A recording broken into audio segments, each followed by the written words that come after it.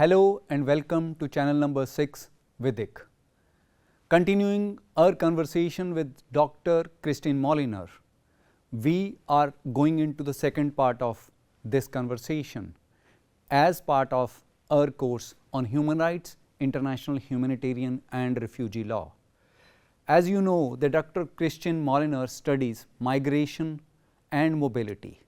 So, she has studied both ends of the migration, whether it is the country of origin or it is the country of destination. She has studied legal and illegal part of it, and she has also studied licit and illicit aspects of it. Although it is quite difficult to find an exclusive space which can be called exclusive space of origin of migration or exclusive space of destination of migration, but she has struggled to find a uniform methodology which can be applied at both ends of the migration, which is the country of origin, the country of destination. This conversation can be beneficial for students of law, for the students of history, for the students of journalism and mass communication and other disciplines of social science. I hope you will enjoy this conversation.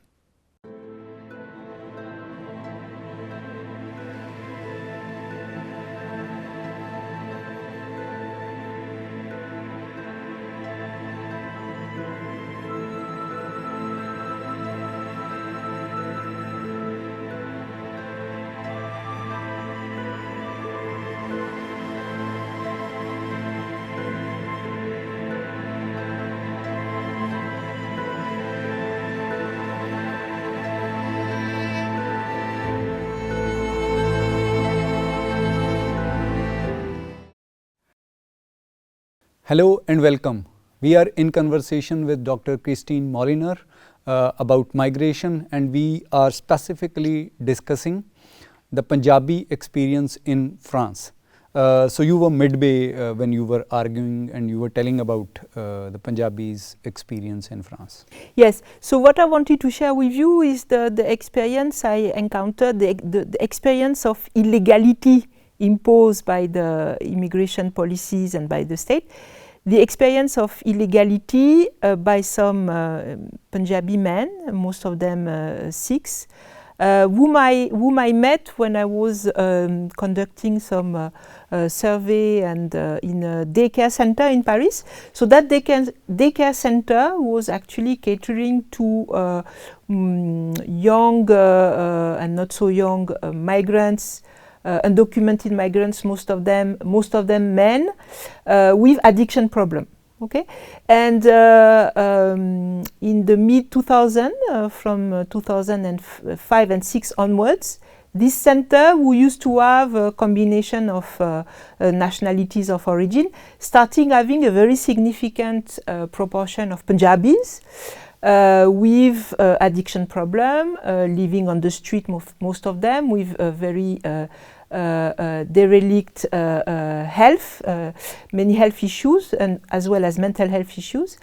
And the center, to cater to that new, relatively new public, created a specific project designed to answer to their needs, specific needs, by hiring Punjabi-speaking social worker of Pakistani origin, Hindi-speaking psychologist, and a team of social workers, doctors, and so on.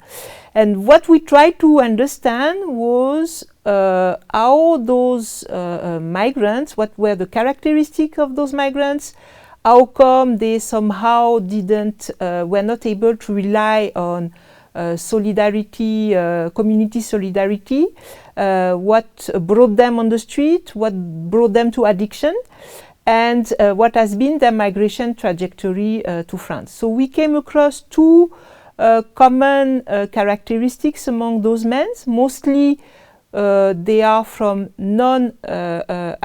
land-owning caste backgrounds, which means that they had very little prior connection in France. Their families usually do not have a migration history, so they have less resources. Are you suggesting that the Punjabis' migration to France is also a history of caste migration as well. It is. I mean, it would be difficult to get into the details. I think caste is less significant. But that suggestion and that indication is definitely there. This is what you are suggesting. So it does matter. It does matter when it comes to the resources you can rely on. So it means primarily people who are landowners, they migrated to...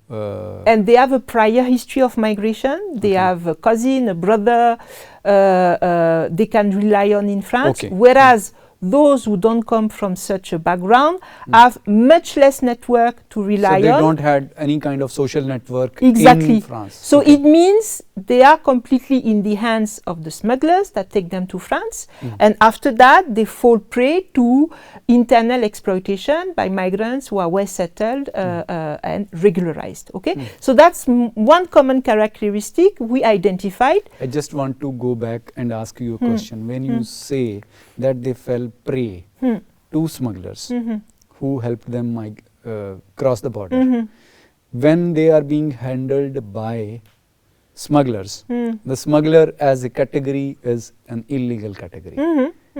And if you are being handled by them, then you are definitely in the category of illegal. When you object that illegal is a category by the state, not by the people who are migrating, does it make your issue complicated? No, it's very easy. Yeah. Smugglers, why are there smugglers? Why are there, we can call them smugglers, agents, facilitators of migration? And why are they so prosperous? Why is the migration industry becoming such a profitable, I think it's more profitable or as profitable as a drug and arms smuggling industry? Because there are increasingly stringent immigration policies in the West. The moment you relax those policies, there will be no point to go to an agent, right? So there are various forms of illegality, one of which is the smuggler. Then same argument can be about weapons, same argument can be about drugs, that they are but people are not drugs, not weapons, and there is a free, but there is a right to mobility. If it is a business, if it is a business, I'm material provider or I'm service provider, it's a business. No, but I argue that mobility is a right. Mobility it's a basic human right. So that need to be on the that needs table to be of asserted. discussion. No? That needs to be asserted. So mobility as a right, this is what you are yes. talking. This expression you have used for the first time. Yes. Mobility as a right that people in the global north with a French passport like me can enforce very easily, and I argue that it also be a right for people in the global south. So to go back to various forms of illegality, one obvious form is smuggling. Other forms of illegality is when they reach. So they are forced into illegality because of lack of documentation. And they are also forced in relying on the community, and most particularly some very exploitative form of relationship with those who are well settled, either from their own caste community or not. So they are forced into subjugation with respect to those well settled migrants. And both their undocumented status. See, when they are being smuggled, it means they don't have document. If you have document, then you don't need to be smuggled. So it is intertwined. That you are being smuggled, so you will land up there as an undocumented person. But everyone, I mean, who has not been smuggled? Everyone has been smuggled. It's not as if it's a new phenomenon, right? Depending on how we call it, if we want to call it smuggled. I'm just trying to understand that if a person is being smuggled, it means the person don't have documents. Yes. So he or she will land as an undocumented person. Okay. So you need document to seek any kind of service. But not everything is equal. If you take undocumented migrants, some of them have resources, and as I argued, if you are from a landowning caste background, you have some kind of network, you can rely on networks that can be exploitative also. but at least you can rely on them. It means there are legal provisions. If you have resources, then you can seek some kind of justice or legal redressal to your issues. There is no legal recourse, and that's the main issue with being an undocumented migrant. There is no law and order for an undocumented migrant. He will not go to the police because if anything happens to him, if he is himself a victim, he will never go to the police because he will fear being deported, right? Yeah. So what I'm saying is that there are various forms of illegality, which are community or internal illegality, which is itself a product of state-imposed illegality. Okay, so that's one aspect, one common characteristic we come across among those migrants in a very precarious situation in that center. Another common characteristic, besides their caste status, if it is that important at all, and another characteristic which is probably more important at that time was the very traumatic journey, the donkey journey that they undertook. So since they cannot rely on as many resources as other migrants, they usually fell prey to smugglers that took them on longer and more dangerous route. And I argue that when they arrive in France, they are in a much worse state than other migrants. So they are economically, physically, emotionally shattered people. Yes, shattered and then human beings. Over and above undocumented people. Undocumented. So that makes them more vulnerable. So they will find exploitative employees, employers over there? Among their own community. Among their own community? Okay. And not only that, but they are unwanted by their own family in Punjab, because the family in Punjab doesn't want to listen to failed migration project. They only want remittances. So I came across a few instances of men in such a bad health situation that they wanted to go back, and at that time the French government was provided some small financial incentive for return migration. And they didn't avail of that because the wife or the parent didn't want them back. So they are submitted to that kind of situation. So the other part is that the people who have migrated after facing so many difficulties, they themselves don't want to come back. No. Either so they don't want to return as a failed person. Either they don't want to come back, but as I said, I met some who wanted to come back because they realized there was no other way out. They were living on the street, they had been hospitalized, they were shattered, broken human beings. So few of them wanted to go back. I remember even that the documents application had been filled for them, but they didn't go back because nobody wanted them back. So that's another dimension which is quite tragic of that migration now I process. want you to shift your focus from France to India. Yes. So it is being said that most of the migration studies focus on the perspective of the destination country. Is it important to understand the perspective of the country of origin? I would argue that it is crucial. Just elaborate that. To shed light on first the motivations of the migrants, the resources they rely on to migrate, but also what is the impact, the very deep and profound impact migration is having on the country of origin, on society, on social relations, the impact it is also having on socioeconomic inequalities, because whatever has been done focusing on the impact of migration on the country of destination, origin, it has mostly been focusing on migration as a tool of development, as a tool of economic development.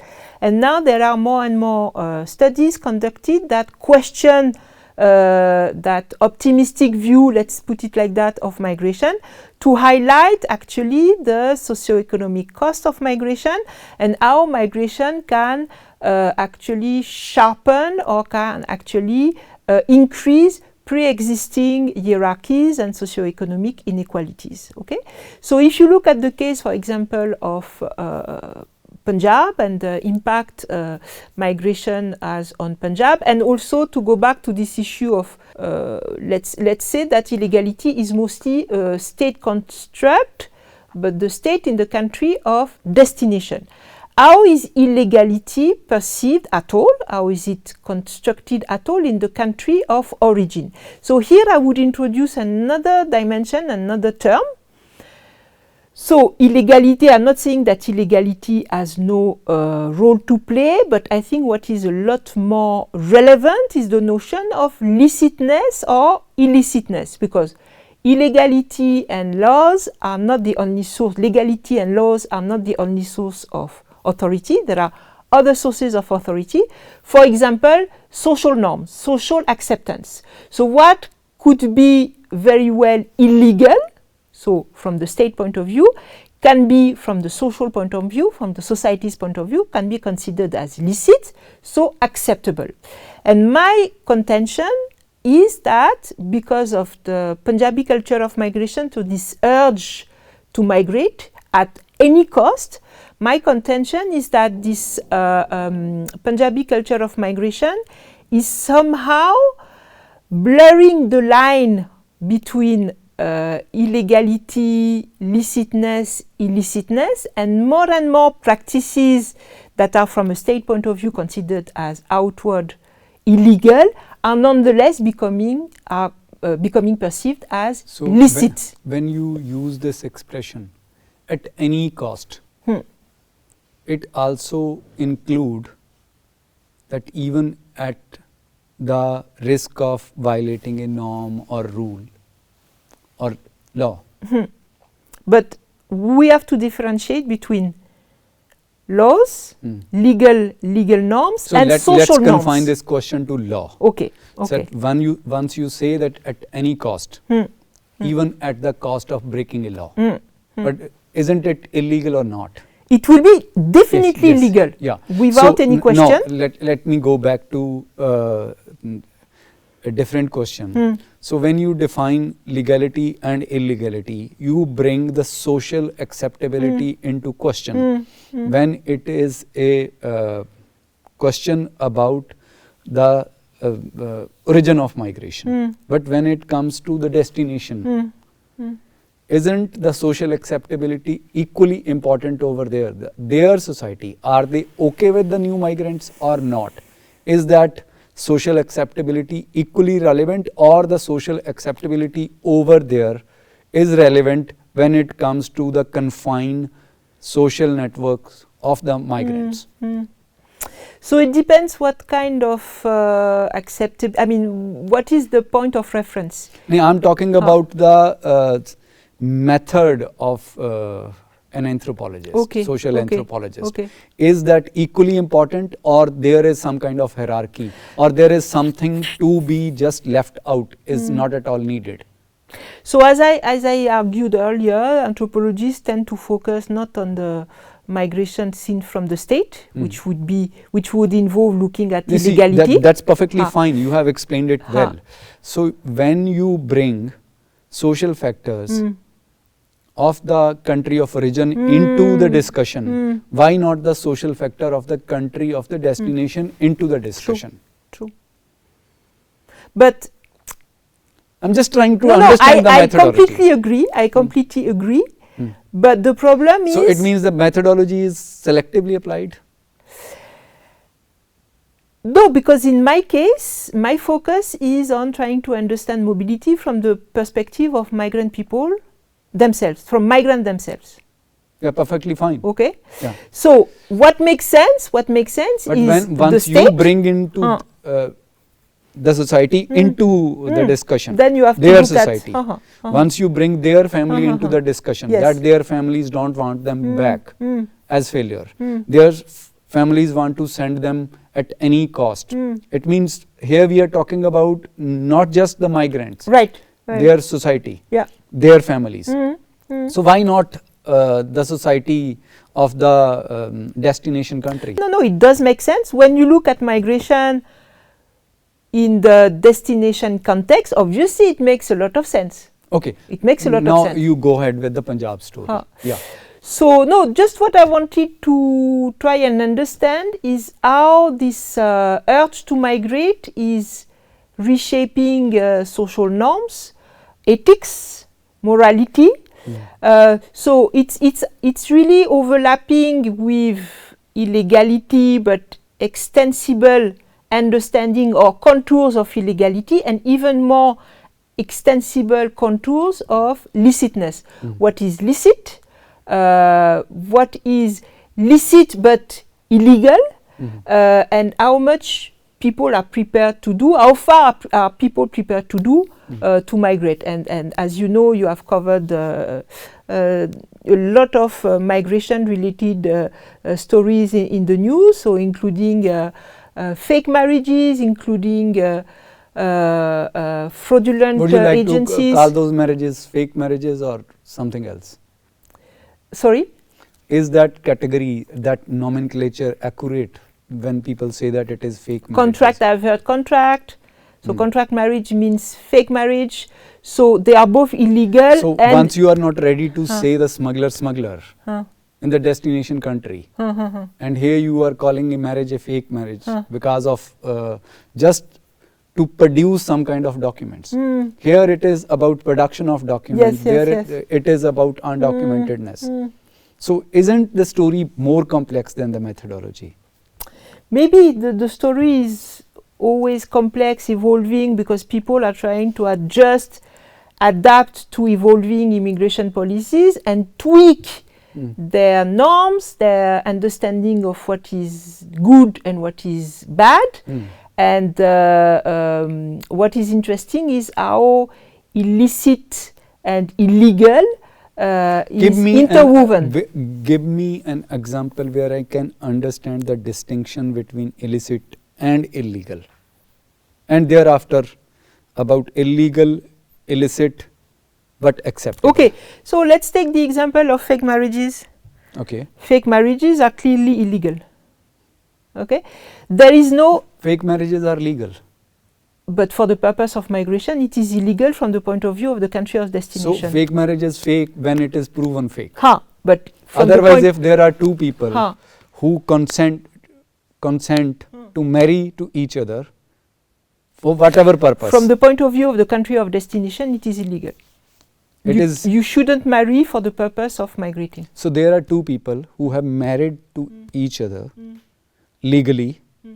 They have performed religious rituals and they have procured the document. Then how is it illegal?